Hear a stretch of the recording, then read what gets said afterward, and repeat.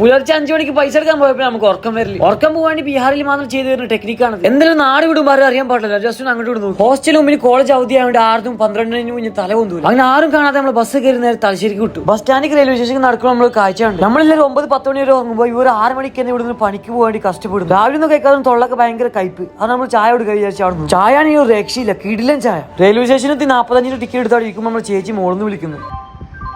യാത്രികൻ കൃപയാ ധ്യാൻ പറഞ്ഞല്ലോ. അപ്പം ജനങ്ങൾ കൂടിയാണ്. ട്രെയിൻ വന്നത് നമ്മൾ ആദ്യം കയറിയ കക്കൂസിലേക്കാണ്. ഉള്ളിലേക്ക് കയറിയത് ഭയങ്കര കുലുക്കം, വണ്ടിയിലെ പോയ മാതിരി ഫീൽ. എന്തായാലും ഒന്നാളെ പുറത്ത് കളയാണ്ട് ഒരു രക്ഷയില്ല. അതുകൊണ്ട് അവിടെ തന്നെ എന്തായാലും ഒന്നാളെ കളഞ്ഞപ്പോൾ 5 രൂപ കുറച്ച് സുഖം കിട്ടിയാണ്. ഒന്നാടെ തല പുറത്ത് കിട്ടുമ്പോൾ നമ്മൾ നാട്ടുകാരെ ഏമാരെ പിടിച്ചോണ്ട്. അത് കണ്ടപ്പോൾ നാട്ടിൽ കിടക്കുന്ന പൊണ്ടാട്ടിന് ഓർമ്മ. പിന്നെയാണ് നമ്മൾ സ്വപ്ന ലോകത്തേക്ക് എത്തി.